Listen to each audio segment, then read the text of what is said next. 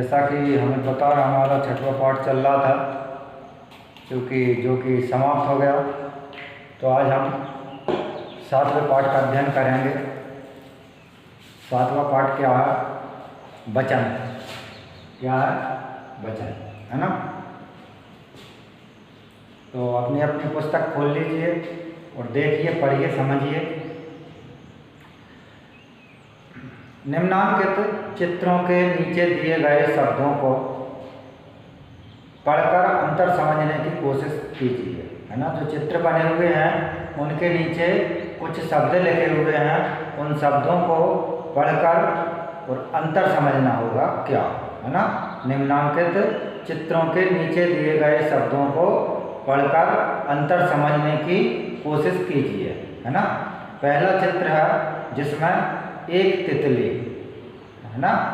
एक तितली बनी हुई है पहले चित्र में, और नीचे क्या लिखा हुआ है? एक तितली, है ना। और दूसरा जो शब्द है, दूसरा जो चित्र है उसमें 3 तितलियां बनी हुई हैं और नीचे लिखा हुआ है 3 तितलियां। ओके। चौथा चित्र एक गेंद, है ना। तीसरा चित्र जो है एक गेंद, और चौथा चित्र जो है 4 गेंद है ना। अब हम आगे बढ़ते हैं। क्या है? अब समझो तितली तथा गेंद कहने से उनके संख्या में एक होने का पता चलता है। तितली अथवा गेंद, है ना। तितली अथवा गेंद कहने से उनकी संख्या में क्या पता चलता है कि ये एक है ना। और जबकि तितलियां तथा गेंद कहने से उनके संख्या में एक से अधिक होने का पता चलता है।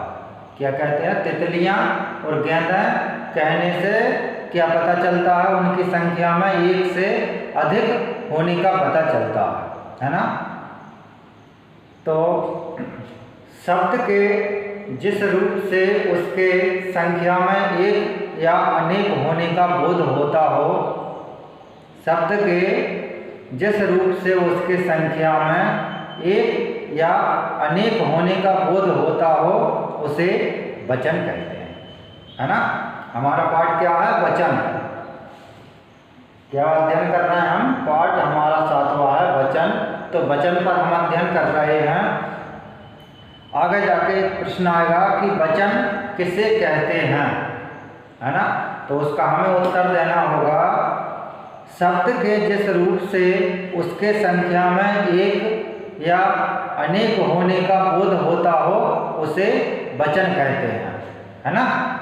शब्द के जिस रूप से उसके संख्या में एक या अनेक होने का बोध होता है उसे वचन कहते हैं। तो बच्चों, वचन 2 प्रकार के होते हैं, है ना। आगे जाकर प्रश्न ये भी आ सकता है कि वचन के कितने प्रकार होते हैं, है ना। वचन के 2 प्रकार होते हैं। पहला एकवचन, दूसरा बहुवचन, है ना। कितने प्रकार होते हैं वचन के?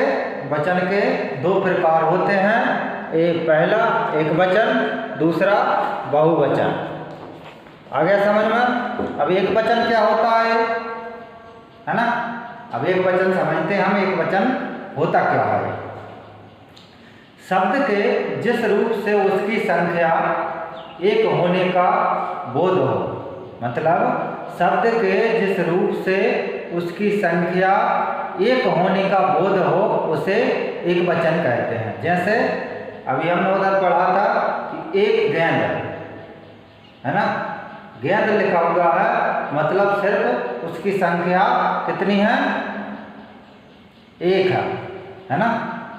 आगे समझ में? उसे एक वचन कहते हैं कि शब्द के जिस रूप से उसकी संख्या एक होने का बोध हो उसे एक वचन कहते हैं। जैसे साइकिल, खिलौना, बकरी आदि, है ना।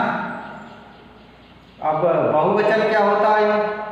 अब देखिए, हम बहुवचन समझते हैं। बहुवचन क्या होता है?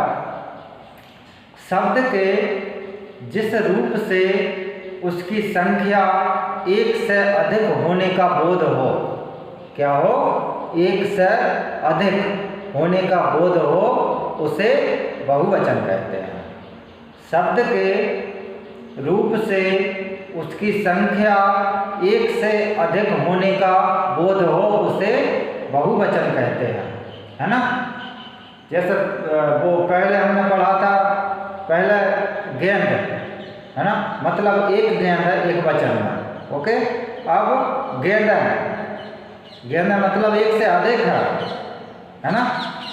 जैसे साइकिल, खिलौने, बकरियां आदि, है ना, एक से अधिक है, इसलिए ये बहुवचन है। तो शब्द के जिस रूप से उसकी संख्या एक से अधिक होने का बोध हो, उसे बहुवचन कहते हैं। ठीक, ओके, थैंक यू।